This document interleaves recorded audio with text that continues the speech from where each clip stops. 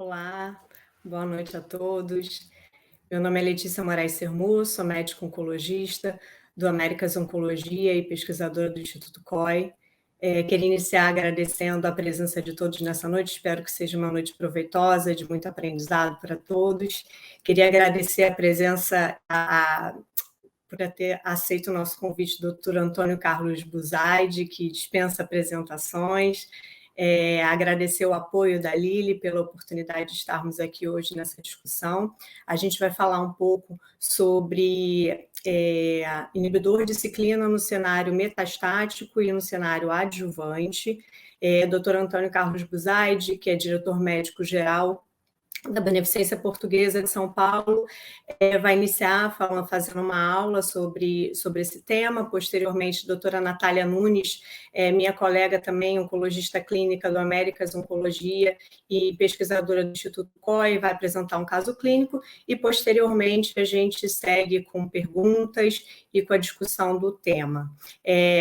Queria avisar, enquanto a aula estiver acontecendo, vocês podem mandar pelo chat perguntas que, no final, a gente responde e a gente vai discutindo. Tá? Sem mais delongas, doutor Antônio Buzaide, vamos lá? Podemos falar. Boa noite a todos, é um prazer estar com vocês. Letícia, muito obrigado pela apresentação. A finalidade desse webinar é que ele seja informal, isto é, que permita a interatividade. Eu vou apresentar um pouco a literatura, tanto no cenário metastático quanto na adjuvância, e depois, com certeza, nós vamos ter perguntas relativas à diferença entre as moléculas, manejo de toxicidade, eu estou em ambos os cenários, tanto, obviamente, metastático como adjuvante. Eu vou compartilhar a minha apresentação agora.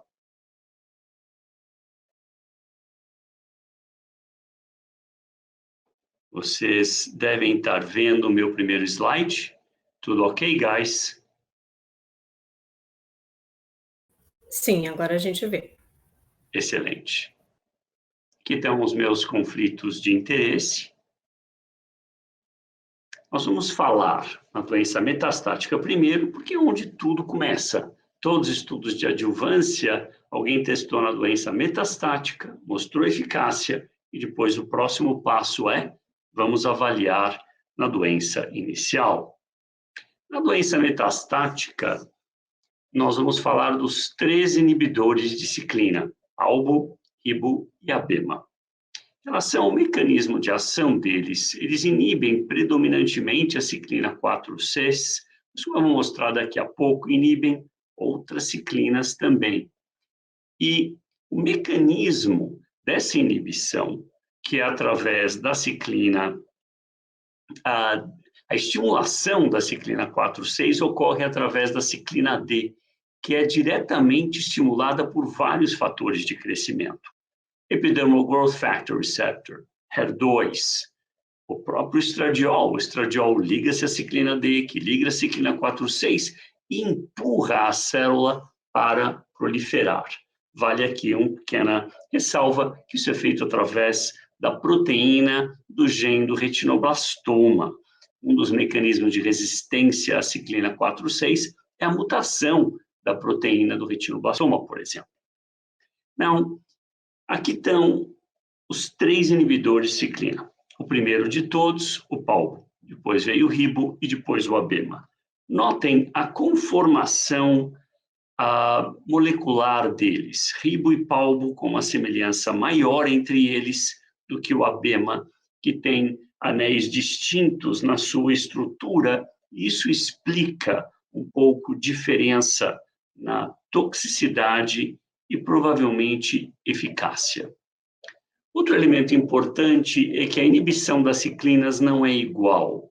Notem que o palbo e o ribo, na realidade, ficam até meio superpostos nas inibições das ciclinas. O abema, aqui em roxo, inibe outras ciclinas que normalmente não são bem inibidas pelo ribo e pelo palbo. Isso explicaria, de novo, diferença em eficácia e toxicidade. O primeiro inibidor de ciclina que foi aprovado foi o palbo. e ele foi na paciente em pós-menopausa na primeira linha, baseado num estudo de fase 2 randomizado, com mais ou menos 150 pacientes, chamado Paloma 1. Eu fiquei até surpreso, porque quando o Paloma 1 veio, Pfizer chegou, marcou uma reunião com vários KOLs, falou, vocês acham que passa pelo FDA? Eu achei que não. Eu achei que o FDA ia dizer, não, o dado é muito pequeno, muito prematuro, e só progression free, there's no way. Mas, em realidade, o FDA aprovou o Paulo baseado no Paloma 1, uma aprovação que na América se chama Accelerated Approval, que é a aprovação meio condicional. Ela é aprovada, mas vamos esperar os dados do Paloma 2. Se o Paloma 2 não confirmar o Paloma 1, eu tiro a aprovação. Se confirmar, você tem a aprovação definitiva. E aí veio Paloma 2. Paloma 2 é um estudo randomizado de fase 3, que avaliou o papel na população hormônio sensível. Como era definida essa população? Pacientes que estavam durante tamoxifeno na adjuvância e tinham recorrência, eram elegíveis.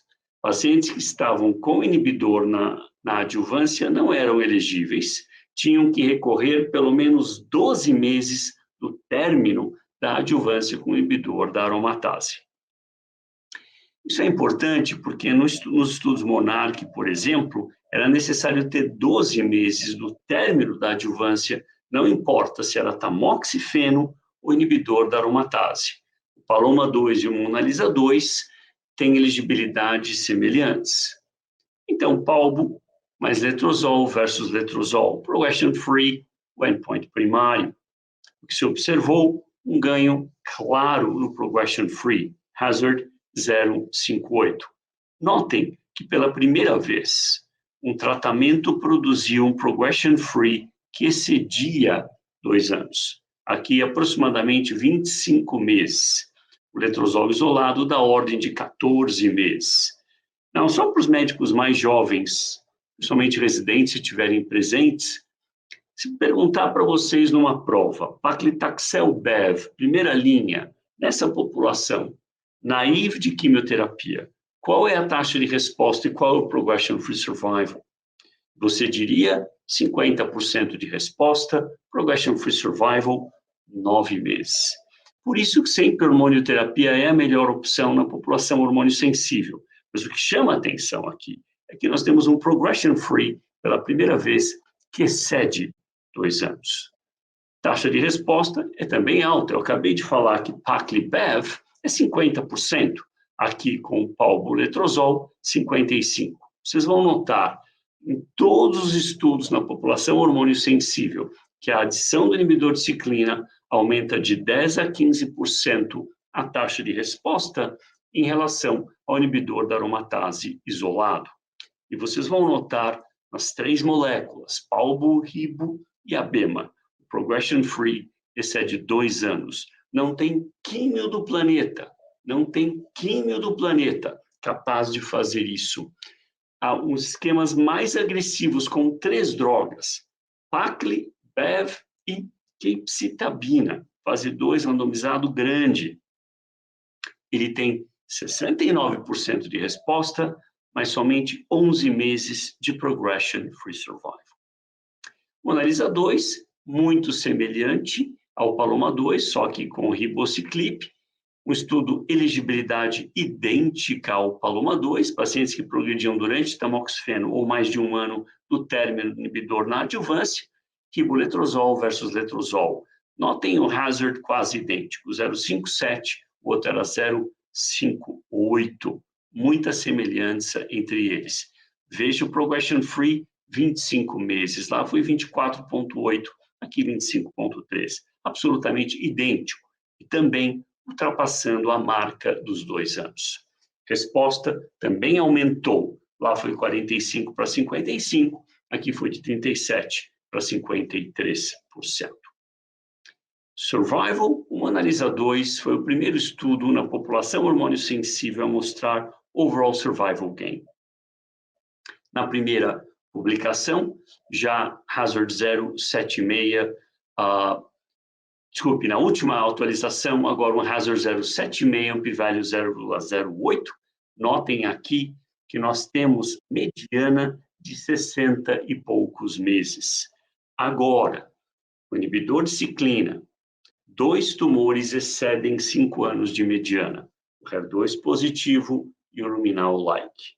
Esses tumores, hoje, nós temos uma mediana de overall survival da ordem de 5 anos. Isso é importante comparado com o triplo negativo. Na população, PDL1 negativo é da ordem de 14 meses, mais ou menos, PDL1 positivo da ordem de 2 anos. Aqui nós temos da ordem de 5 anos, números semelhantes à população HER2 positivo. Vamos para o Monarch 3. Notem que a numeração do Monarch 3 é diferente. Aqui é Paloma 2, Mona Lisa 2 e Monarch 3. Hoje um dos meus residentes errou na contagem. Eu falei para ele de novo. Não esqueça, os monarcas fazem o que querem. Estragaram toda a numeração. Então, o Monarch 3 é a população hormônio sensível, que equivale ao Mona Lisa 2 e ao Paloma 2. O Monarch 3 é um estudo com a BEMA. A grande diferença é que na elegibilidade tinha que ter 12 meses de qualquer hormonioterapia adjuvante. É uma população mais hormônio sensível. Qualquer inibidor da aromatase não esteroidal, a BEMA com inibidor versus inibidor. A resposta muito elevada, quase 50% de resposta. No intention to treat, 61% na população com doença mensurável. Eu acabei de falar que Paclitaxel tem 50. 3 drogas, Paclitaxel, capecitabina, 69. Veja um número muito elevado e que é a ordem de 15% a mais do que na população com inibidor isolado, que foi 45%. Progression-free survival, fantástico. 28 meses de progression-free. Óbvio, comparar entre estudos não é apropriado, principalmente porque aqui a população foi mais hormônio sensível. Então, sobrevida global, a gente fala, eu não vi a sobrevida global, eu não vi sobrevida global. Well, vai ser apresentado em futuro próximo, mas o EMEA, European Medicines Agency, solicitou que a Lilly colocasse em bula o dado que tinha. Então, já está mostrando um bom trend de overall survival, mas ainda não atingiu significância estatística. 0,75, o p-value tinha que ser um pouco mais stringente que isso para ter significância estatística, mas, de novo, notem aqui 67 meses de mediana. Vamos agora para o Mona Lisa 3. Ele saiu da numeração porque ele inclui ambas as populações aqui. Eles puseram um grupo hormônio sensível e um grupo na segunda linha. Vamos rever esse dado. Então, a ideia toda do Mona Lisa 3 foi, será que não é melhor usar fulvestranto na primeira linha? Na segunda linha, óbvio que tem que ser fulvestranto, o cara malogra inibidor, tem que usar fulvestranto. Mas será que na primeira linha não pode ser melhor? Nós tínhamos dados do Falcon, que na população de novo metastática e sem envolvimento visceral, o fulvestranto era superior ao anastrozol. Bom, então vamos estender e capitalizar nesse grupo. Vamos ver o que deu. Então, na realidade, é como se fossem 2 estudos de fase 3 ao mesmo tempo. Um na primeira linha, na população bem hormônio sensível, aqui tinha até 1 ano de intervalo do término da hormonioterapia, e o outro na população que malogrou o inibidor da aromatase, não importa se era na adjuvância ou na doença metastática, isto é, a avaliação na segunda linha. Aqui é população total, claramente positivo, tudo bem, mas tem que avaliar separadamente. Sim, tem que avaliar separadamente. Na segunda linha foi de 9 para 14 meses o progression-free survival, na primeira linha, na primeira avaliação, não tinha nem atingido a sobrevida mediana.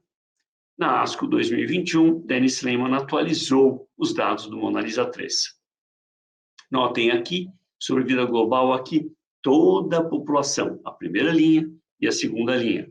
Então, uma clara separação entre as curvas, hazard overall survival 0,72, que é um número absurdamente robusto. Aí separa, quero ver primeira linha, quero ver segunda linha, bullseye, agree. Então, aqui, a elegibilidade foi semelhante à do Monarch 3, tinha que ter pelo menos 12 meses do término da terapia endócrina adjuvante, hazard bem robusto na primeira linha, 0,64. Vamos ver como é que ficou a segunda linha. A segunda linha também é um bom hazard, 0,78, mas aqui não foi significativo, e aqui eram os pacientes que receberam, basicamente malograram o inibidor da aromatase. Um ganho importante aqui é overall survival, um ganho clinicamente que chama a atenção, mas foi borderline na significância estatística. Vamos falar um pouco de um conceito que nós consideramos muito importante na BP. Resistência hormonal primária, resistência hormonal secundária. É definido pela ESMO, resistência hormonal primária, como o paciente que recorre nos primeiros anos, os primeiros 2 anos da hormonioterapia adjuvante. Se ele tiver doença metastática, ele basicamente não responde à primeira linha, isto é, ele progride nos primeiros 6 meses. Resistência hormonal secundária, e quando recorre depois de 2 anos, mas menos de 1 ano do término da hormonioterapia adjuvante. O paciente com a doença metastática progride depois de 6 meses, isto é, ele responde de uma certa forma à primeira linha de hormonioterapia. Vamos ver o que aconteceu no MONALISA 3 na população de segunda linha, avaliando a resistência hormonal primária, resistência hormonal secundária. Na população endócrino resistente, isto é, resistência hormonal primária, não houve um ganho significativo com a adição de ribo ao fulvestrante. Notem que as curvas se tocam, o hazard é 0,815 e ultrapassa a unidade. O N é pequeno, então o power desses estudos é ruim, mas é o que se observou. Na resistência hormonal secundária, os pacientes foram muito bem, hazard 0,73, isso é overall survival. Então dá a impressão que o ribo vai um pouco melhor na população com resistência hormonal secundária do que na população com resistência hormonal primária. E vem a pergunta, foi uma boa ideia ter usado o fulvestranto? Tem algum estudo que compara inibidor da aromatase mais inibidor de ciclina versus fulvestranto e inibidor de ciclina na primeira linha, na população hormônio sensível? Sim. O pessoal da Espanha fez um estudo chamado Parsifal, liderado pelo Antônio Lombard. E esse estudo, basicamente, não mostrou ganho nenhum com o fulvestranto. Então, é fulvestranto palbo versus letrozol palbo na população hormônio sensível. Todos tinham que ter malogrado pelo menos término de 1 ano da terapia endócrina adjuvante. E o que se observou, não houve ganho nenhum. Mesmo em análise de subgrupo, não houve nenhum ganho que se beneficiasse do fulvestranto. Isto é, não é para usar fulvestranto na primeira linha, é para usar inibidor da aromatase junto com inibidor ciclina. Vamos agora na falar da pré-menopausa um pouco. Foi feito um estudo específico inibidor de ciclina na pré-menopausa. Foi? Qual o estudo? MONALISA 7. Isso foi uma boa ideia? Pessoalmente, eu acho que não era necessário. Por quê? Eles pegaram as mulheres na pré-menopausa e as transformaram em pós-menopáusicas, com supressão ovariana com gozerelina. Então, na realidade, se eu pegar uma mulher de 35 anos, tirar os ovários, ela fica velha, como se tivesse 65 anos. Então, eu acho que não era necessário. Não obstante, foi bom ter feito o estudo, porque ele também aumentou a sobrevida global e reforçou que inibidor de ciclina deve ser usado na população hormônio sensível. Nesse estudo foi usado tamoxifeno também para as mulheres na pré-menopausa, mas hoje sabemos que não é uma boa ideia, que o tamoxifeno aumenta a QTC, ribo também, então ele não foi aprovado em bula com esta combinação. Esse estudo mostrou overall survival gain. Essa foi a análise com 36 meses, foi atualizado recentemente agora com 53 meses, e de novo um hazard de 0,76, idêntico ao do MONALISA 2. Então, você tem o MONALISA 2 como estudo positivo de overall survival, você tem o MONALISA 7 também. Então, é ótimo que mostre o overall survival gain, porque reforçou e forçou as agências regulatórias a dizer vai ficar no rol da ANS. E eu apelido o rol da ANS como Hell da ANS, a tradução para o inglês para mim deveria ser Hell da ANS, mas acho que vai melhorar. Vamos agora falar da segunda ou mais linhas, e aqui entra Paloma 3, o primeiro estudo desenhado nesse contexto. O Mona Lisa 3 nós já discutimos, metade da população, depois vamos falar do Monarch 2. Notem de novo que a numeração fica descasada com o Paloma. O Paloma 3 é um estudo importante. Foi o primeiro, na realidade, a ser desenhado. A primeira publicação no New England foi em 2015. Vai fazer 7 anos já. E, nesse estudo, pacientes que malogravam o inibidor da aromatase durante a adjuvância ou na doença metastática eram randomizados para palbo fulvestranto versus fulvestranto. Era permitido ter recebido uma quimioterapia, era permitido receber outras linhas hormonais. Quer dizer isso, o Zidewell, uma população mais extensamente tratada, mais rica em mutações e que talvez não responda tão bem à ciclina mais tardiamente. Então, não é tão comparável como, por exemplo, a população do Monarch 2, que é uma população muito mais clean, muito mais sem tratamento prévio tão extenso. Veja na primeira publicação pelo Nick Turner, mostrando um claro ganho no progression-free survival. Mas notem que a população era super petratada, porque fulvestranto teve um progression-free horrível, muito pior, por exemplo, do que o Monarch 2, que eu vou mostrar daqui a pouco. Então, porque era uma população mais extensamente tratada. Não obstante, a adição do inibidor de ciclina do palbo produziu inequívoco ganho. A avaliação de sobrevida global na primeira publicação em 2018 não foi significativo, hazard 0,81, mas o p-value era 0,09. Um follow-up mais longo agora atingiu significância borderline. Veja que o upper limit do intervalo de confiança é 0,99, é o mesmo hazard, 0,81, mas as curvas permanecem mais separadas e foi agora significativo. Então, o Paloma 3 demonstrou agora um overall survival gain. Notem aqui a análise da resistência hormonal primária e de secundária, como eu mostrei do Mona Lisa 3. Vejam aqui, na população com resistência hormonal secundária, houve um hazard bem robusto, 0,72, a maioria dos casos. Na resistência hormonal primária, o hazard foi 1,14, claramente não significativo. Notem que o número de pacientes com resistência hormonal primária é sempre pequeno. Então, a gente tem que ter cautela, tanto na análise do Mona Lisa 3, quanto na análise do Paloma 3. Mas ambos foram na mesma direção, isto é, esta população não foi tão bem na população com resistência hormonal primária.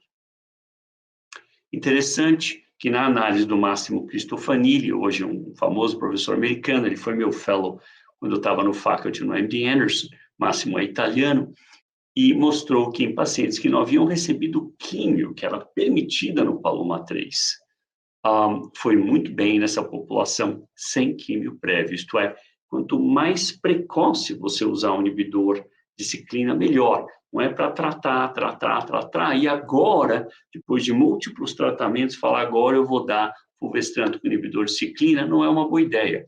Veja, quem foi tratado com químio prévia, provavelmente já fez uma seleção de pacientes tão grande que já não teve grande benefício com a adição do inibidor de ciclina ao fulvestranto.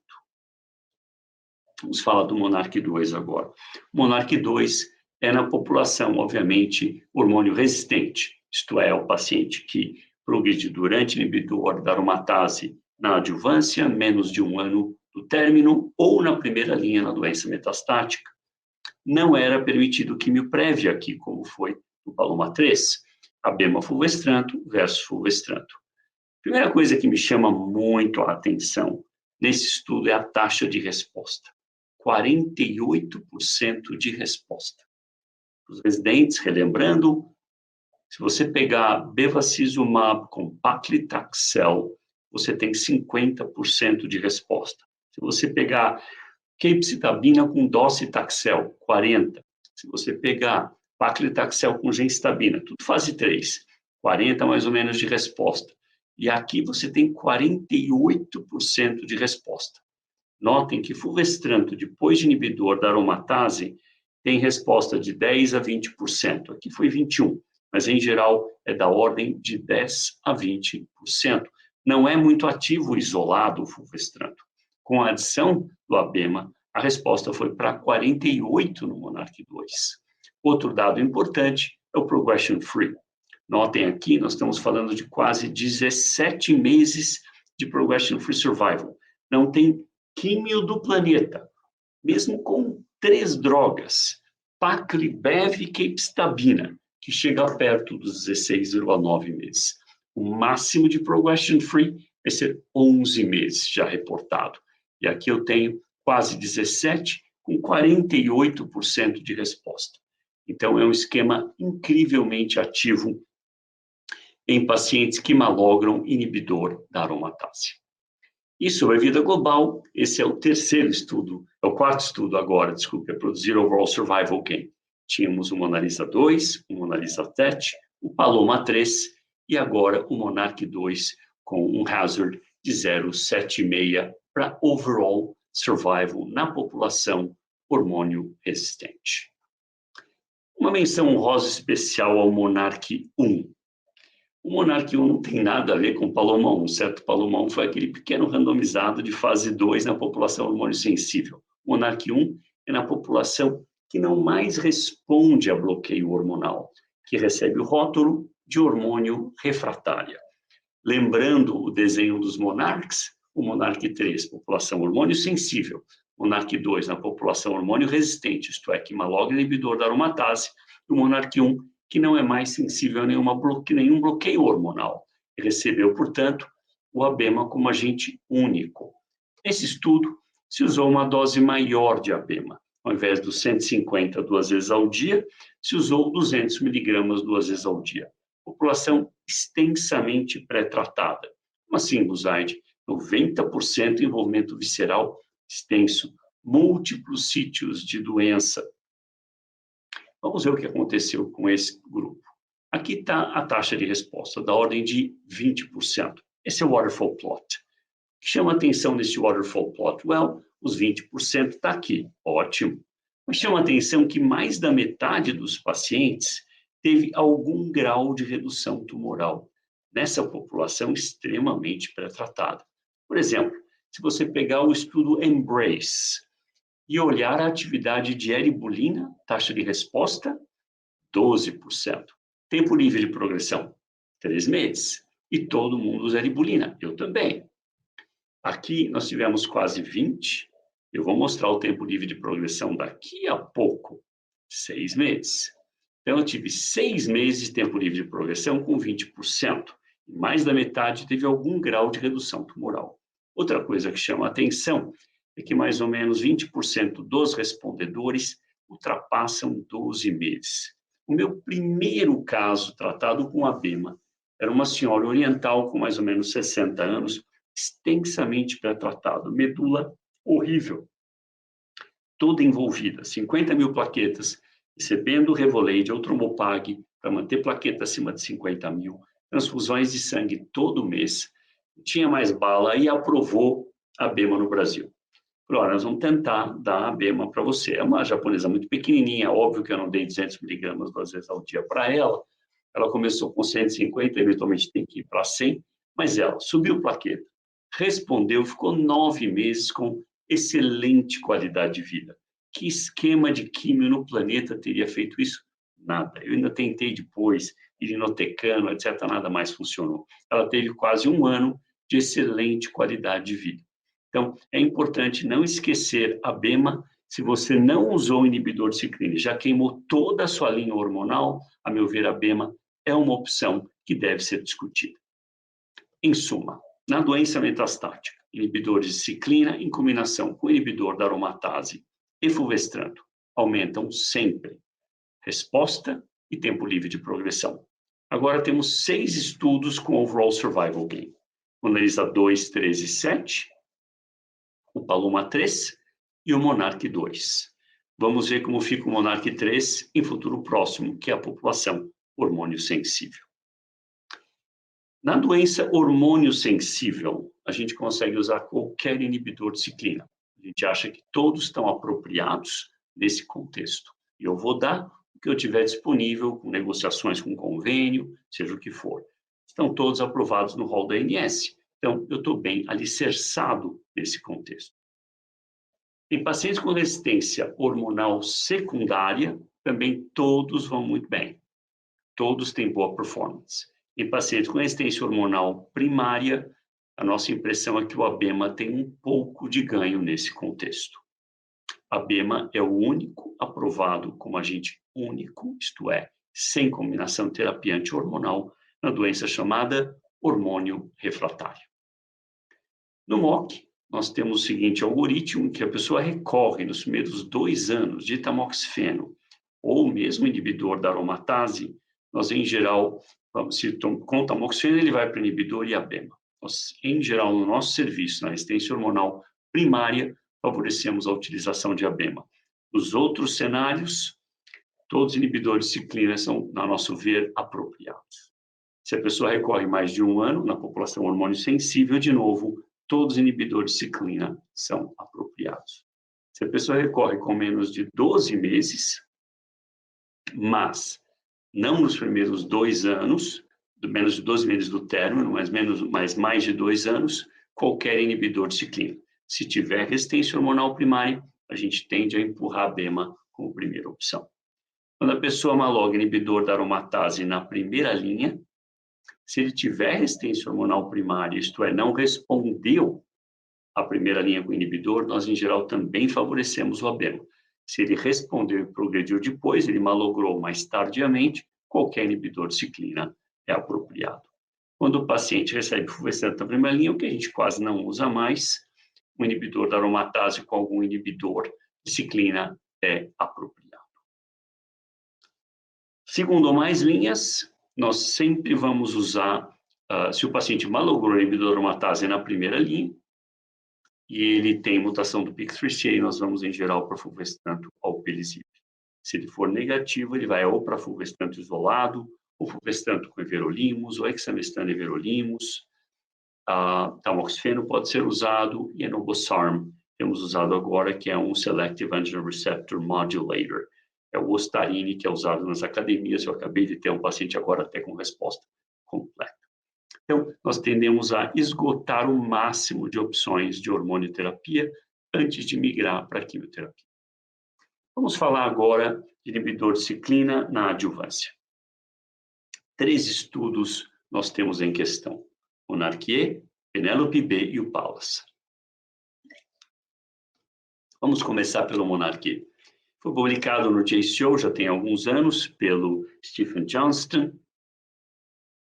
Um estudo randomizado de fase 3, grande, 5.000 e poucos pacientes, e que incluía pacientes com 4 ou mais linfonodos positivos, ou 1 a 3 se tivesse grau histológico 3, um tumor maior ou igual a 5 centímetros.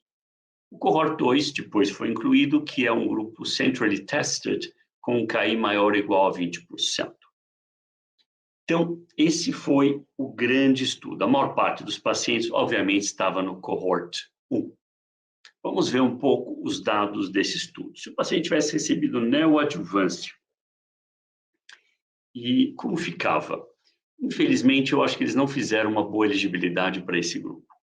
Enquanto que o estudo, a Penelope B e o Olympia usaram aquele CPS-EG, Clinical Pathology Stage Estrogen and Grade, que foi criado pela Elizabeth Mittendorf, do MD Anderson, já em 2000, mais de 10 anos atrás, em 2011, que é uma maneira simples de avaliar prognóstico pós-neoadjuvância em tumores luminais.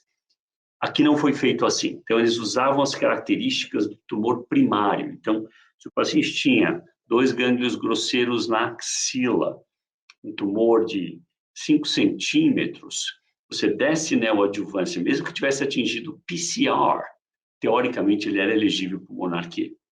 Então, óbvio, esse é um subgrupo pequeno, mas ele era elegível dessa forma. não acho que isso foi muito esperto, não. Para mim, o ideal foi como foi o Olympia e o Penelope B, usando o CPSD. Mas era um grupo raro. Então, para efeitos práticos, como tumores luminais, nós, em geral, não damos neoadjuvância, nós usamos os critérios, os pacientes são, em geral, operados e a gente vê o risco baseado na anatomia patológica sem o efeito da quimioterapia. Por que foi escolhido 1 a 3 linfonodos com grau 3? Porque na análise do JCAM 9906, estudo espanhol, paciente com 1 a 3 linfonodos com grau 3 se comportava como 4 ou mais linfonodos positivos. Idêntico. O mesmo ocorreu para pacientes T3, que na realidade a definição é maior que 5, mas no estudo ficou maior ou igual a 5. Então ficou 1 a 3 linfonodos com T3 e um comportamento muito parecido com 4 ou mais linfonodos. Então, por isso a elegibilidade do Monarchie incluiu essa categoria para luminal de alto risco. Na primeira publicação, com 15 meses de mediana de follow-up, a curva já separou, hazard 0,71, todo mundo feliz, só que o follow-up muito curto, 15 meses de mediana, quer dizer, os pacientes, tinha um bando de pacientes ainda recebendo a BEMA. Então, falar, guys, too early. Vamos com calma, vamos com calma. No Distant Relapse Survival também houve ganho. É um encorajador, mas, de novo, o follow-up em 15 meses é muito curto para você celebrar. Tem que esperar mais tempo, é fato. Apresentado, então, na ESMO ano passado e publicado simultaneamente no Annals of Oncology pela Nadia Harbeck, foi publicado, então, agora com um follow-up mediano de 27 meses. Vamos ver o que aconteceu com 27 meses. Primeiro, 70 e quase 72 por 73% da população já tinha completado os 2 anos de adjuvância de abema. Isso é importante, porque se você está em tratamento, você está sob efeito do remédio. Você quer que tome o remédio, pare e o efeito continue, o chamado carry-over effect. E aí vem 27 meses. Todo mundo ficou feliz dessa vez, eu também. A curva aberta, sem sinal de merge. Não está fechando. Hazard mantido, 0,69, até um pouquinho menor que o 0,72 original. Veja, nós temos 2 anos de tratamento e agora com 27 meses de mediana, e a curva permanece aberta aos 3 anos. Uma diferença da ordem de 5%. Aqui, Distant Relapse Survival também. Distant Relapse é bem encorajador, porque é um forte surrogate para overall survival. Então, se você, well, disease-free é bom, mas Distant Relapse-Free Survival é melhor, Buzaide, agree. Então, já se mostrou Distant Relapse-Free Survival. Now, notem que o hazard até caiu com follow-up adicional. Isso é também bastante encorajador. Aqui é Invasive Disease Free Survival, aqui Distant Relapse Free Survival.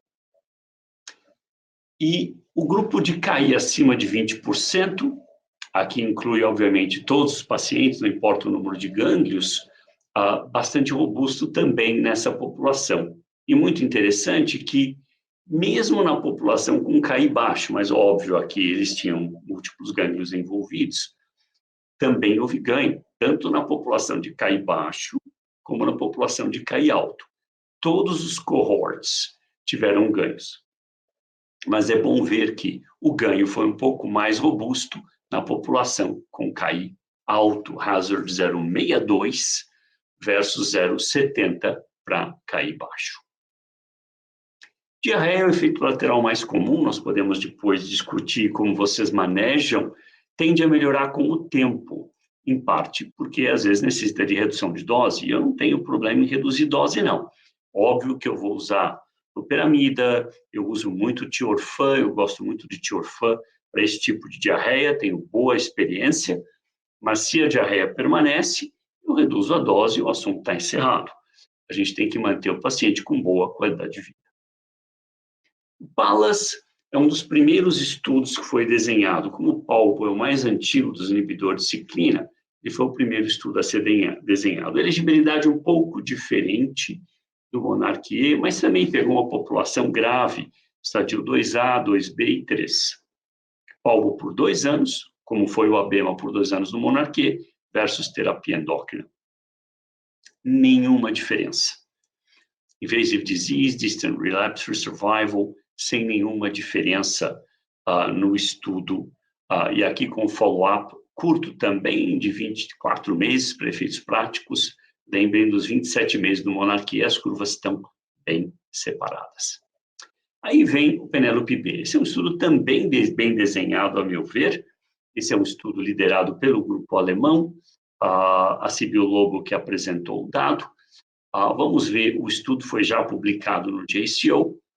Esse estudo é um estudo de pacientes que receberam quimio neoadjuvante.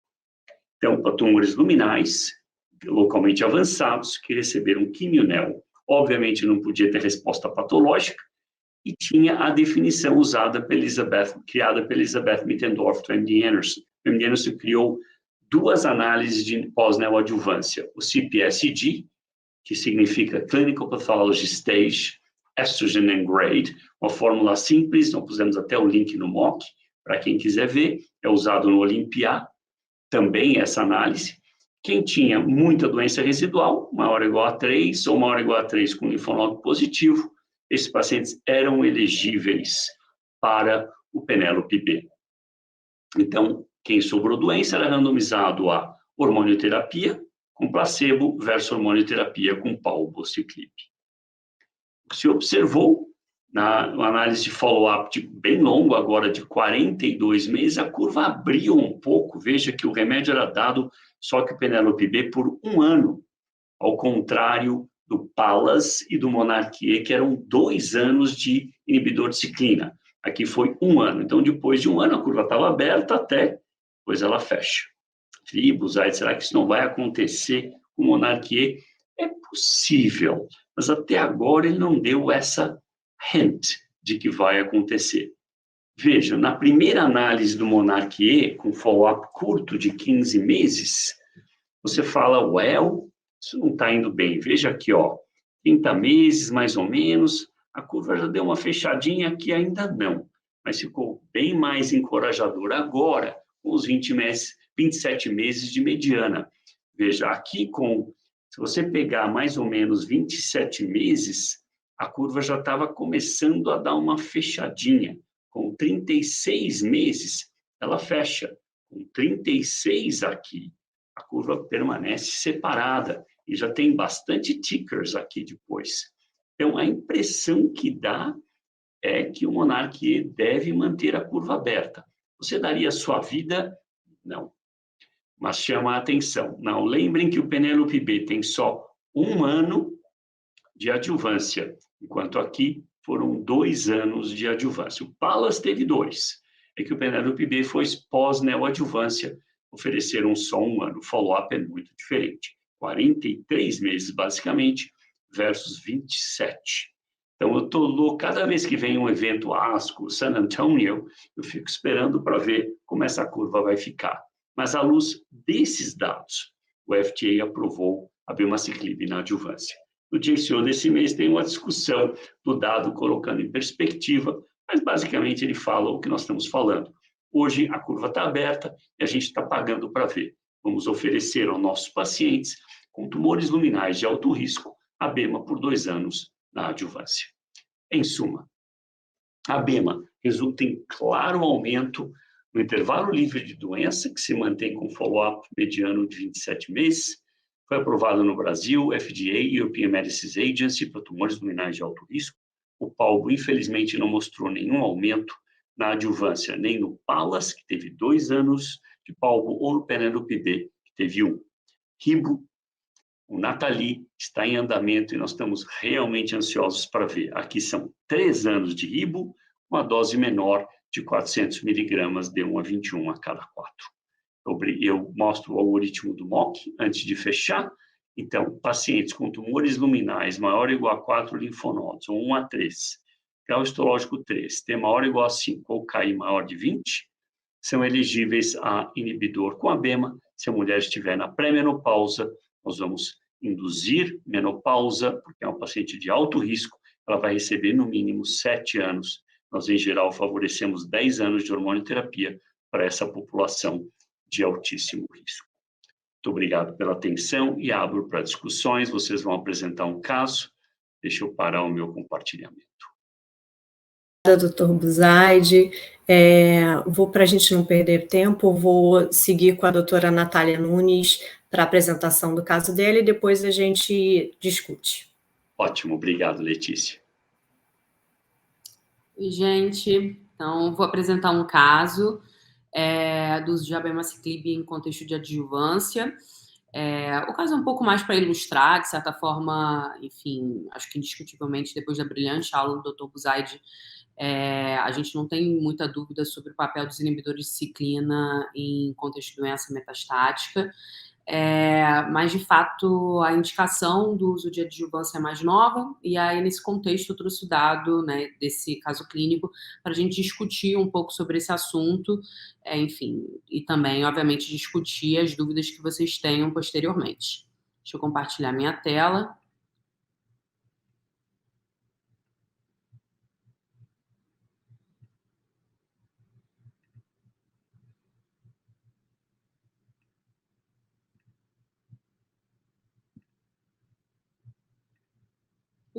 Desculpa.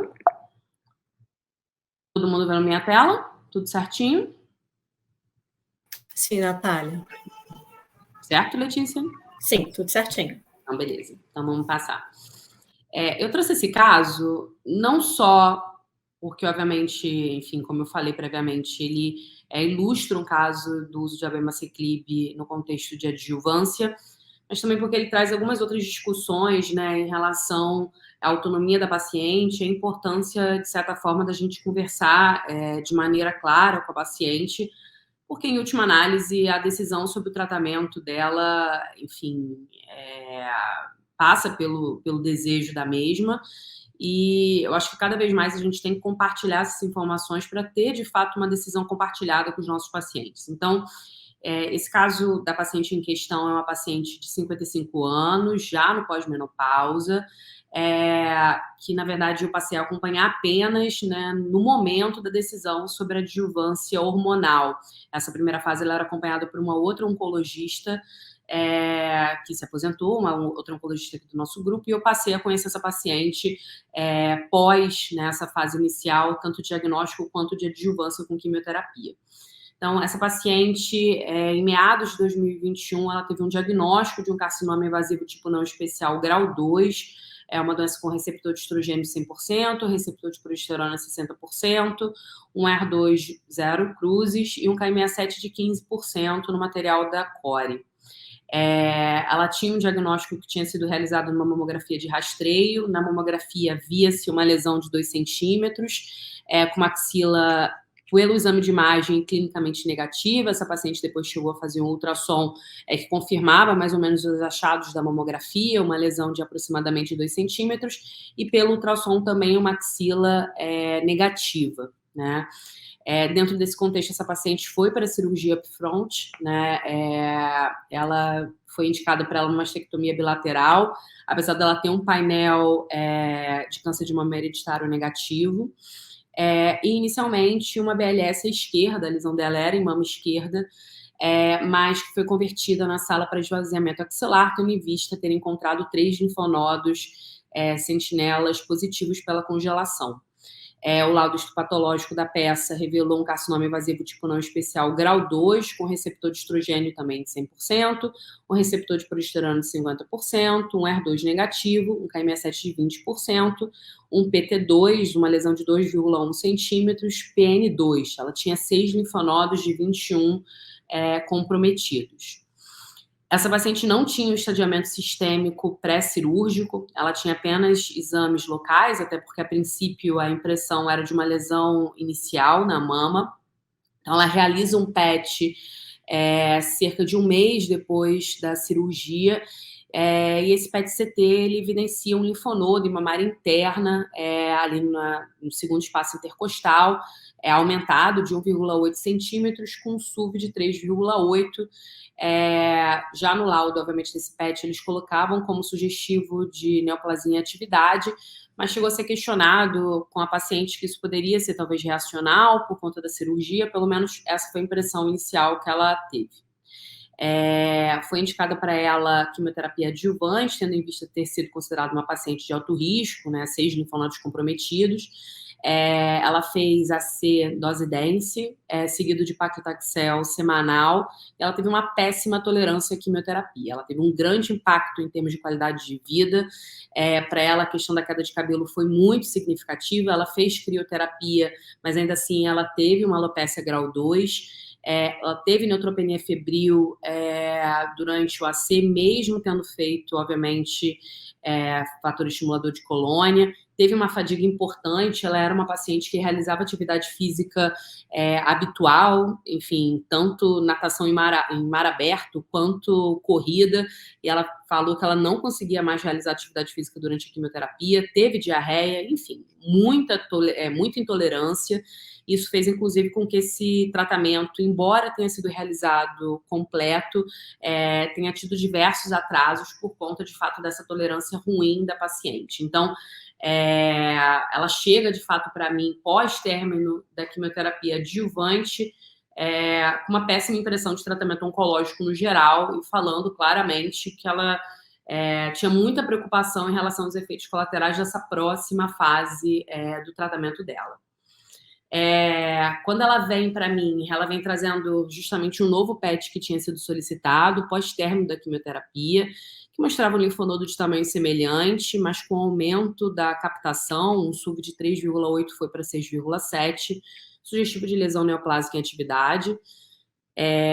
Isso para ela era algo muito incômodo. A gente chegou, enfim, a cogitar talvez uma ressecção cirúrgica por cirurgia torácica, mas depois de discussão a gente acabou de fato optando por indicar radioterapia adjuvante em mama, em cadeias de drenagem, né, cadeia nodal supraclavicular, axilar, mamária interna, com reforço concomitante na região da mamária interna. Tratamento esse que ela fez de fevereiro até março desse ano. E aí, quando ela vem para mim nessa primeira consulta, na qual ela trouxe esse PET, enfim, com essa discussão sobre o que seria feito em relação a essa questão do linfonodo, também foi uma consulta que não só estava conhecendo a paciente, mas também a gente tinha que conversar sobre a indicação de adjuvância hormonal para ela, né?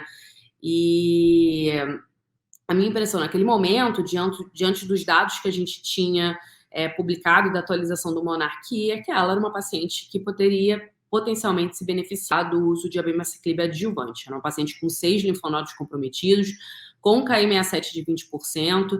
Então, enfim, a minha impressão é que, de fato, era uma paciente de altíssimo risco, com risco importante de recidiva precoce, inclusive, com linfonodo e mamária interna comprometido. Então, de fato, a minha impressão é que essa paciente se beneficiaria de um tratamento hormonal adjuvante mais intenso, né? E a minha indicação foi de abemaciclib adjuvante pós-término da radioterapia.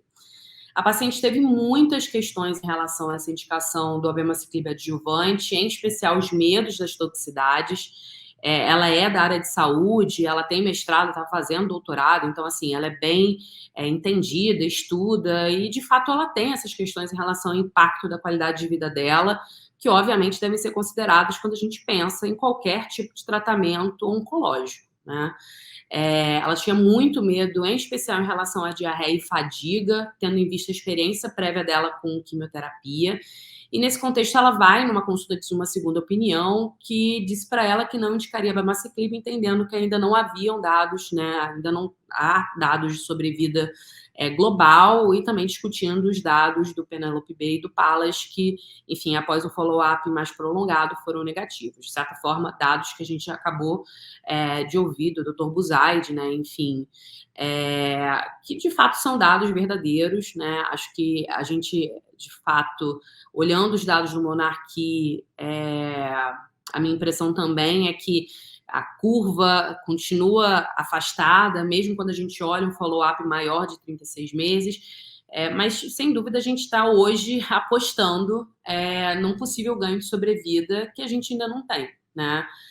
Mas, ainda assim, eu conversei bastante com a paciente, mostrei os dados dos estudos, como eu falei, ela é uma paciente que é da área de saúde, é muito orientada, então mostrei os dados do estudo, dei uma cópia do estudo e da atualização para ela, que tinha sido publicado na ESMO, relativamente recente aquela consulta, e depois de uma reunião familiar, diversas conversas, a paciente acabou concordando por iniciar o abemaciclib adjuvante, tendo começado ele agora, em abril de 2022. Né? Antes do início do abemaciclib, ela já tinha uma fadiga grau 2, que eu atribuí tanto ao letrozol quanto à radioterapia. Tinha alguns sintomas de dor musculoesquelética e artralgia, também muito provavelmente relacionados ao letrozol. Ela ainda não conseguiu voltar a realizar atividade física, isso é algo que a gente conversou bastante, porque eu creio que isso vai melhorar bastante a tolerância dela em relação à adjuvância. E tinha uma radiodermite grau 1, enfim, uma radiodermite leve, né, ainda mais em consideração a radioterapia que ela tinha feito previamente. Né? Após o primeiro ciclo de abemaciclib, ela não teve nenhuma citopenia no exame laboratorial, teve uma diarreia grau 1 que a gente manejou com dieta, ela não chegou a fazer uso nem da loperamida, nem de nenhum outro medicamento antidiarreico, ela ajustou isso com ajuste dietético, ela mantinha uma fadiga grau 2 que não tinha piorado com o uso do abema. É claro que ainda é muito recente, né? Ela acabou de começar, ela vai vir na consulta comigo agora, após segundo mês, né, de uso da medicação. Mas eu acho que, assim, é um caso que é interessante justamente porque é importante a gente conhecer os dados do estudo justamente para a gente conseguir convencer, orientar os pacientes da melhor forma para que eles consigam tomar a decisão que a gente entende que vai favorecer esses pacientes, né? E conversar com eles sobre, de fato, a ausência de ganho de sobrevida global não é algo que é para alarmar ou se proteger, mas, de certa forma, para o paciente tomar a decisão que ele vai entender que vai ser melhor para ele, né? Eu acredito muito nessa questão de uma decisão compartilhada e eu acho que, de fato, a gente tem que ter esses dados claros na nossa cabeça até para a gente conseguir passar para o paciente da melhor forma possível o tratamento que, na nossa consulta de opinião, é o mais adequado para aquele paciente naquele momento. Então, é isso que eu queria passar para vocês.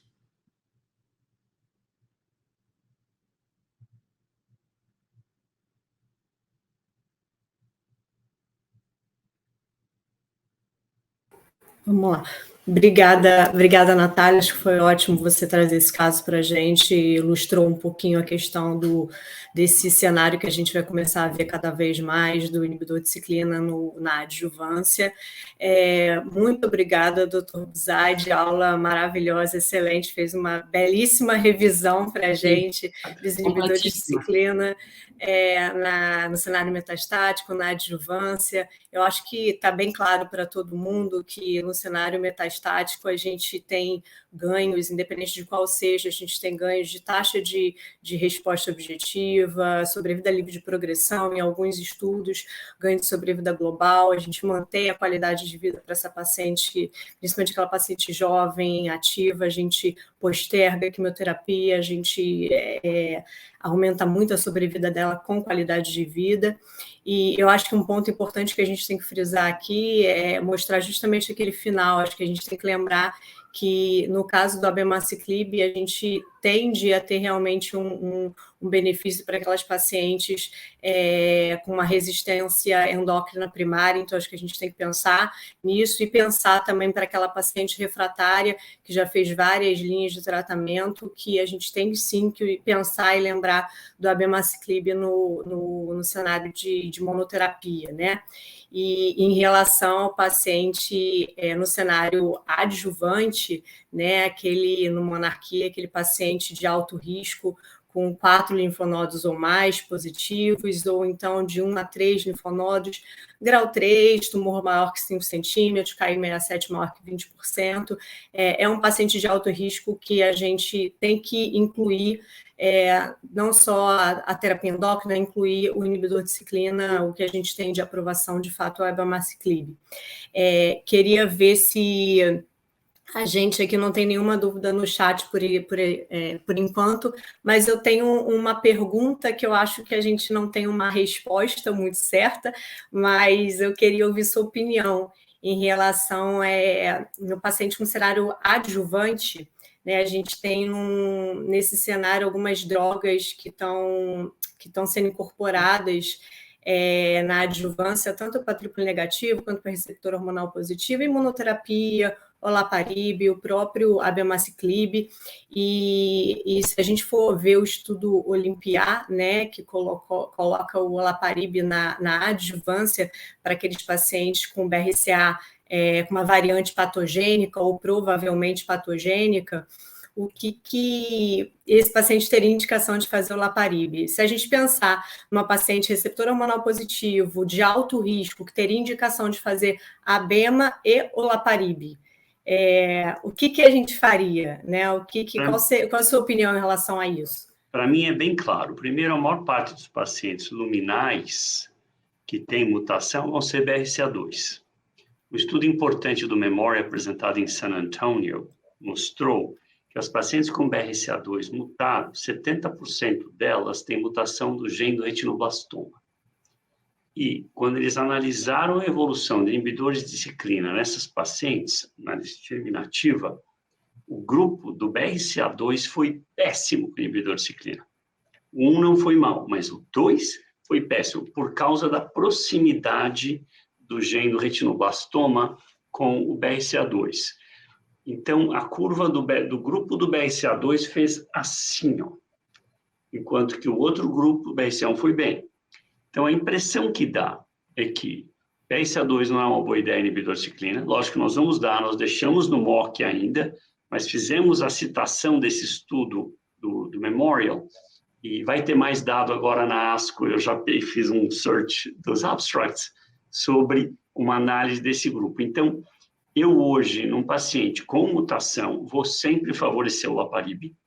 Primeiro, porque eu tenho overall survival gain do Olympia, e eu não tenho overall survival gain do Monarque.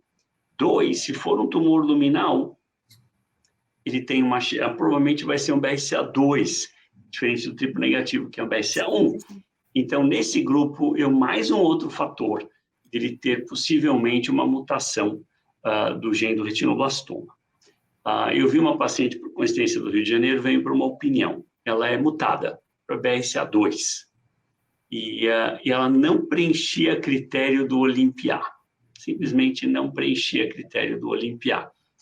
E, embora não aprovado no Brasil, ela mesmo não preenchia critério. Eu falei, olha, não é um remédio também banal. Você tem aumenta o risco de mielodisplasia, leucemia, não é tão bem tolerado assim, então você não preenche critério. Aí eu sugeri a ela até fazer uma análise de mutação do tumor. Se tiver mutação do retinoblastoma, você provavelmente não teria ganho com a abema. Se não tiver, eu daria abema para você, porque provavelmente você vai ter ganho com a abema na adjuvância. Então, esse é um exemplo de um caso. Perfeito. Deixa eu ver, acho que a gente ainda não tem nenhuma pergunta. Natália, você quer perguntar alguma coisa? Sim. Na verdade, queria ver qual vem sendo a experiência de vocês em relação à questão de aderência do abema em adjuvância, né? A gente sabe que é um desafio a aderência em contexto de adjuvância, mas para pacientes jovens, né? Eu acho que, assim, a gente pensar em manejo de efeito colateral nessa população é muito importante por conta disso, né? Eu tenho poucas pacientes fazendo no contexto de adjuvância e talvez por conta da experiência que eu tenho no manejo de doença metastática, o manejo de efeitos colaterais vem sendo bem tranquilo, né? Mas, enfim, é mais para ouvir a experiência tanto da Letícia quanto do Dr. Buzaide. Eu, normalmente, primeiro eu acho que é um erro técnico a gente assumir o one size fits all. A Pharma tem feito isso ultimamente para facilitar os médicos.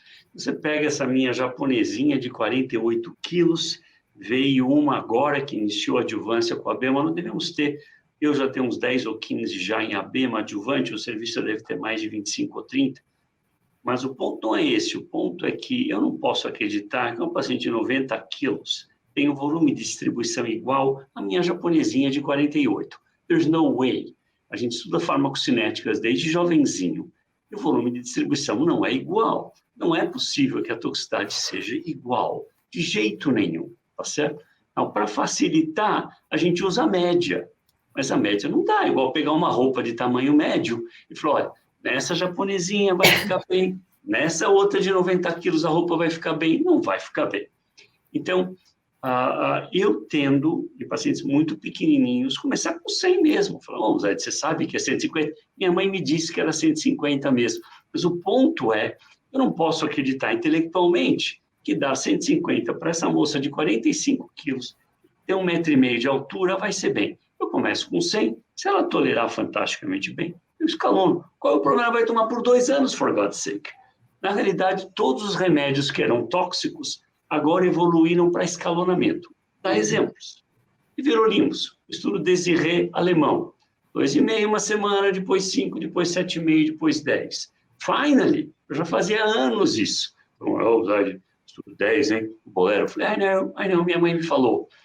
Neratinib, começou com dose baixa, escalona. Agora a toxicidade da diarreia ficou muito mais manejável do que começar direto com a dose full do neratinib. Então, eu acho que a gente tem que começar a aprender a mexer um pouquinho isso. Tá? Ele vai receber por 2 anos. Qual é o rush de atingir a dose de 150 2 vezes ao dia? E o meu medo, se eu forçar demais, eu tenho uma paciente que não quer mais o remédio. E aí ela fala assim, não, esse remédio foi horrível. Eu evacuei, nem controlei direito, foi degradante, a pior experiência da minha vida, e a mulher tinha que tomar 2 anos aquele negócio. Então, why not individualize? Eu falo assim, why not? Então, a gente começou a fazer isso com o Everolimus agora, a gente não tem mais quase aftas na boca, não só porque a gente usa o bochecho, mas não tem. Então, eu acho que tem que ter um pouquinho de bom senso no volume de distribuição, relembrar os princípios básicos de farmacocinética, concentração sérica. Eu estou bem tranquilo com isso. Tem uma agora de 48, 5 gânglios positivos, claramente elegível monarquia, já ia iniciar. Eu mandei um relatório para o seguro. A mulher evacua 2 vezes ao dia, todo dia, há 20 anos. Ela é assim, nasceu assim. Então, essa mulher já tem 2 episódios por dia. Se eu começar, 48 quilos, se eu começar a forçar 150, eu escrevi um relatório, solicito remédio, cápsulas de 100 miligramas, please. Escrevi todo um arrazoado, que eu estava cognizante da dose 150, que a minha mãe tinha me ensinado, tudo bonitinho. Vem 150 miligramas na casa da mulher, tá certo? Aí o marido falou, doutor Zaid, o senhor escreveu o relatório, está aqui. Uma folha inteira, todo um arrazoado. Aí começa com 150 dias alternados até chegar o próximo remédio, porque 150 2 vezes ao dia, there's no way. E algumas param no hospital por causa disso. Tive um caso do Recife, não uso mais, esse remédio não uso. O remédio foi pôr no hospital, foi uma vergonha, família toda. Quer dizer, uma senhorinha pequena, magrinha, eu acho que tem que pensar um pouco na dose. Temos que refletir. O conceito de farma hoje, desenhado para simplificar o hábito de prescrição. One size fits all deve ser revisado. Essa é minha opinião. Maior dose tolerada é diferente de maior dose efetiva, né? Então, natural. Também esse ponto, nós estamos entrando nisso, né? Sim, exatamente. Então, eu tenho poucas pacientes também, Natália, no cenário adjuvante como você, e assim, as poucas que eu comecei estão ainda no início relativamente, então estão naquela fase um pouco chata inicial da diarreia, mas estão, de certa forma, tolerando bem, aprendendo a manejar. Então, mas eu acho que é isso, eu acho que a gente não tem que ter medo de reduzir dose, e eu acho que, acima de tudo, a gente tem que aprender a cada vez mais individualizar as coisas para tornar esse paciente, aceitar que esse paciente permaneça fazendo o tratamento, porque, sem dúvida, a cabeça dessa paciente que está fazendo o tratamento adjuvante é completamente diferente daquela paciente que está no cenário metastático, usando inibidor de ciclina. A gente está com uma pergunta aqui, calma aí. Gostaria de saber a opinião de vocês nos casos que progridem em uso de tamoxifeno adjuvante, principalmente nos casos de recidiva precoce dentro dos primeiros 2 anos. Indica o inibidor de aromatase com inibidor de ciclina, fulvestranto ou alguma outra opção? Então, veja, essa paciente, ela se encaixa na categoria de resistência hormonal primária e era elegível para o Paloma 2 e para o Monalisa 2. Ela não seria elegível para o Monarch 3, mas claramente hoje nos algoritmos, o nosso, do MOC, dentre outros, progrediu na vigência de tamoxifeno vai para inibidor, mais inibidor de ciclina. Nesse caso, eu favoreceria o ABEMA. Você não deve queimar o fulvestranto aqui. Vai checa o PIK3CA. Se o paciente estiver mutado, o próximo vai fulvestranto alpelisib. Tem uma outra pergunta. Em um contexto de dificuldade de acesso aos inibidores de ciclina, há algum espaço para fulvestranto com anastrozol na doença metastática? Com certeza. Paciente de baixo volume de doença, Provide é um inibidor da aromatase e vai para o fulvestranto na próxima linha, com certeza. E você pode ter pacientes indo muito bem. Não esqueça que quem progride com o inibidor, 35%, 40% tem mutação do ESR1, e esse paciente precisa de um SERD, um Selective Antigen Receptor Downregulator. E hoje só temos fulvestranto, vamos ter os orais chegando agora em futuro próximo, mas com certeza deve usar fulvestranto. Todos nós já tivemos pacientes anos, mas a taxa de resposta vai ficar entre 10 e 20, 15 a média. No Monarch 2 foi 21%, mas normalmente fica entre 15 e 20, então não espere a mágica do pão. Então, o meu residente está do lado, na minha sala sempre tem 2 R's, eu falo, ok, taxa de resposta, guys. O que vocês esperam do seu fulvestranto na segunda linha? 15 a 20%. Então, não é uma coisa fantástica. Não é 48%, como foi no Monarch 2. Então, você tem atividade, mas mais modesta. Ótimo, doutor Buzaide. Acho que a gente já... Letícia, fala, acho que Natália. a pergunta que ela fez foi sobre combinação de fulvestranto com anastrozol. Né? Então, Não, fulvestranto, isso não se que eu faz. falei. Isso não. Fulvestranto com Fulvestranto anastrozol. mais anastrozol. Isso. A pergunta foi sobre isso, não sequencial, mas fazer... Não, fulvestranto... A princípio... Fulvestranto com anastrozol. Isso, a gente faria sequencial. Associação. Certeza. Você pode usar fulvestranto com everolimus. É muito ativo, a gente usa muito no nosso serviço, no paciente que não é mutado. Então, o paciente tem um volume mais alto de doença, vai ganhar everolimus. Porque a taxa de resposta aumenta quando você usa o everolimus junto. E é fase 2 randomizado, não é fase 3 igual ao Bolero 2, mas é claramente fase 2 randomizado grande. Aumenta a resposta e tempo livre de progressão. Então, nós favorecemos. Seguradora me dá um hard time, mas a gente põe a literatura e manda o cara para hell. Perfeito, acho que a gente já está passando aí do tempo, acho que aqui não tem mais nenhuma pergunta. Natália, quer perguntar alguma coisa? Doutor Buzaide, quer fazer alguma colocação? Não, eu acho que foi ótimo, foi interessante os pontos colocados. Vamos trabalhar, guys. É isso aí.